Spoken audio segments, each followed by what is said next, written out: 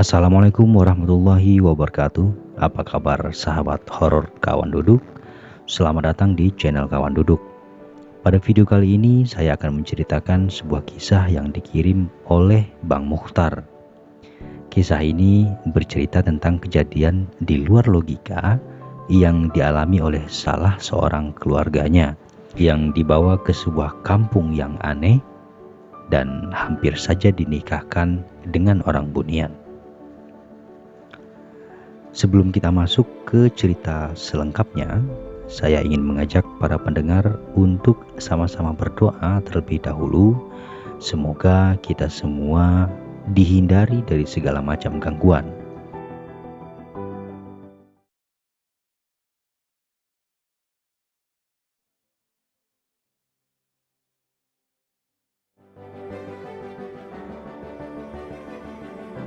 Sahabat horor kawan duduk, tanpa berlama-lama, berikut adalah cerita selengkapnya.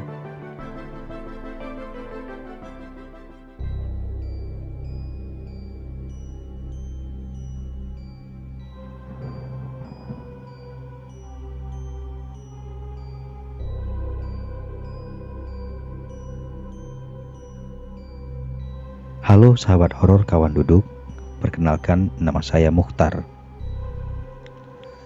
Cerita yang akan saya bagikan ini merupakan pengalaman yang pernah dialami oleh orang terdekat saya, yang tidak lain adalah suami dari kakak ipar saya. Peristiwa ganjil itu terjadi pada tahun 2017 lalu. Sebut saja nama kakak ipar saya ini Utih. Kesehariannya Utih adalah seorang petani yang kebetulan menjabat sebagai penghulu atau kepala desa di salah satu desa di Kabupaten Kepulauan Meranti, Provinsi Riau. Kejadian ini dialaminya beberapa hari menjelang Hari Raya Idul Fitri di tahun 2017 lalu. Awalnya Utih hendak pergi ke kampung sebelah lantaran ada laporan warga yang tengah berkelahi. Sebagai penghulu desa, Utih pun bermaksud untuk mendamaikan warga tersebut. Utih berangkat usai sholat maghrib atau sekitar menjelang masuk waktu Isya dengan menggunakan sepeda motornya. Saat melaju di tengah jalan, dari kejauhan dia melihat seorang kakek berjalan kaki di tengah kegelapan. Utih mengetahui bahwa kakek tersebut bukanlah warganya. Sebagai kepala desa, memang Utih sangat mengenal siapa saja warga-warganya. Namun, sosok si kakek yang dia lihat itu sama sekali tidak pernah dia kenal atau tidak pernah terlihat di desa ini.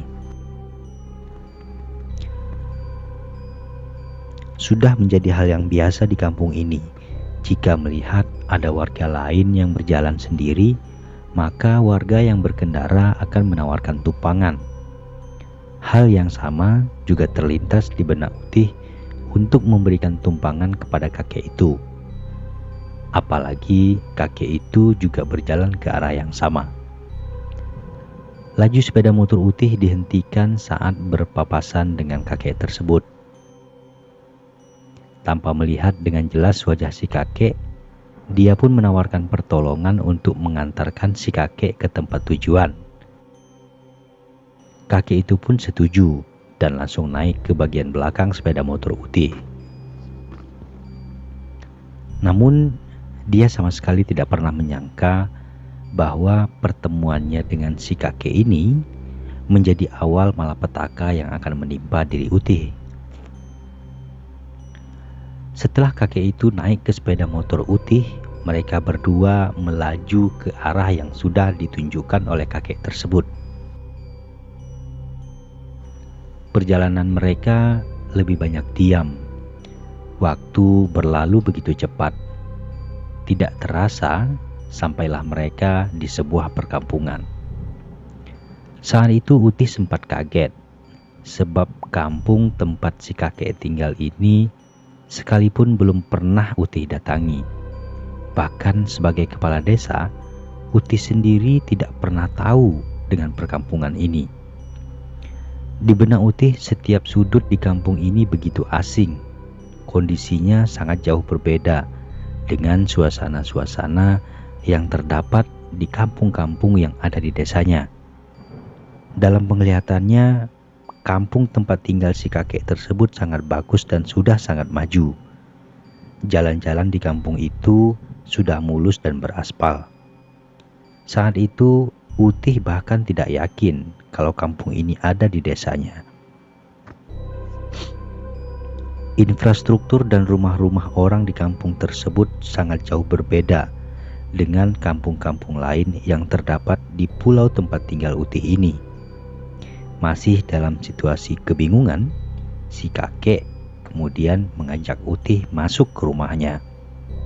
Di rumah itu, Utih melihat dengan jelas bahwa si kakek ini memiliki dua anak, satu anak laki-laki dan satu anak perempuan. Antara Utih dan si kakek kemudian terlibat dalam sebuah perbincangan. Semakin lama, arah perbincangan mereka kian mengerucut, sampai si kakek tersebut meminta agar Utih bersedia menikahi anak perempuannya. Sontak saja hal itu membuat Utih terkejut.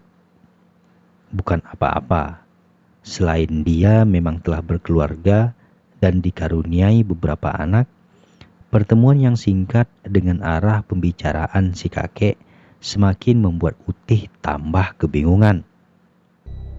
Selain memang tidak mau menikah lagi, perempuan yang dijodohkan oleh si kakek itu menurut Utih sangat jelek, hitam dan tidak menarik sama sekali. Tanpa berpikir panjang, Utih secara terang-terangan menolak tawaran menikah tersebut.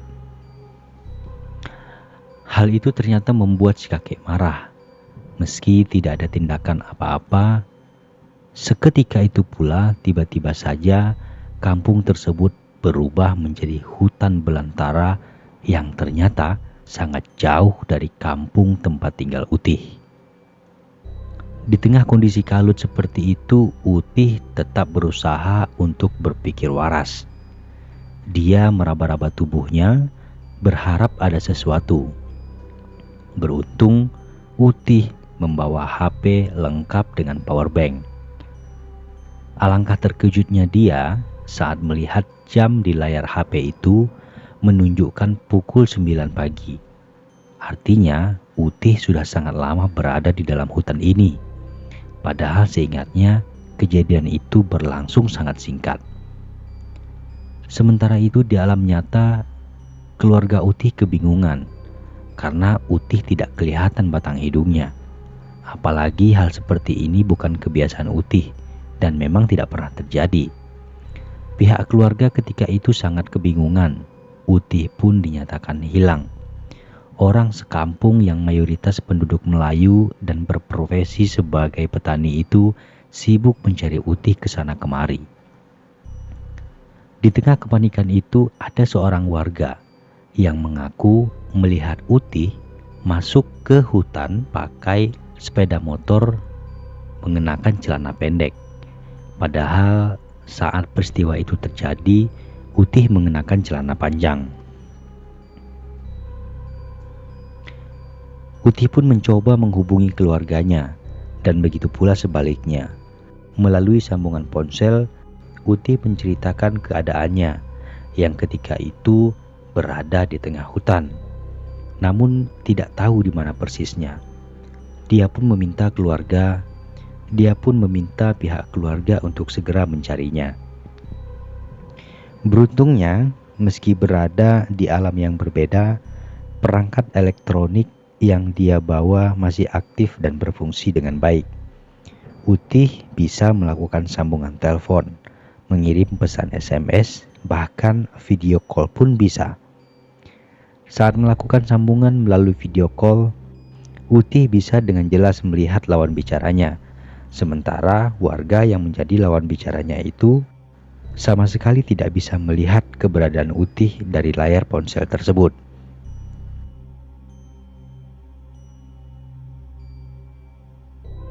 Merasa takut sendirian di tengah hutan, Utih pun terus berlari mencari jalan keluar, sampai pada akhirnya tubuh Utih lemas dan tidak sanggup lagi berlari.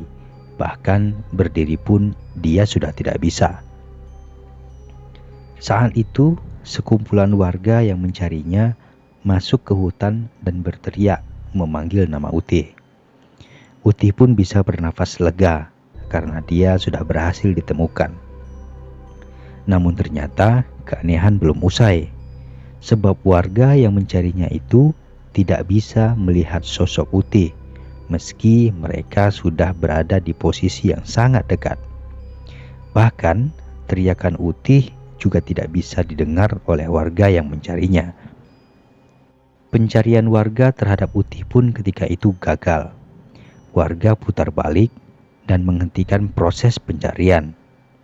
Saat itu Utih sudah pasrah dengan nasib yang menimpa dirinya. Namun dia pun sudah memberi batas waktu kepada keluarga untuk mencarinya, karena kalau lewat dari waktu yang ditentukan itu, Utih yakin nasibnya akan sangat malang.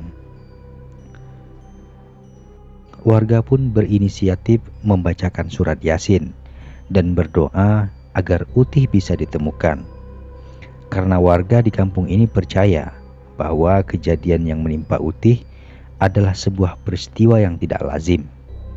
Warga dan pihak keluarga sudah paham kalau Utih tengah disembunyikan oleh makhluk gaib yang tidak lain adalah penghuni hutan itu. Warga menyebutnya orang Bunian. Di tengah keputusasaan itulah ada warga yang menemukan Utih di jalanan dalam kondisi yang sangat lemah pada suatu sore. Bersama warga lainnya, Utih pun dibawa pulang ke rumah. Beberapa hari dia diminta untuk istirahat. Bahkan dia pun harus melewatkan sholat Idul Fitri pada waktu itu karena kondisinya yang sangat tidak memungkinkan untuk melakukan aktivitas. Bahkan menurut pengakuan Utih, setelah berada di rumah pun dia masih diganggu oleh makhluk gaib itu.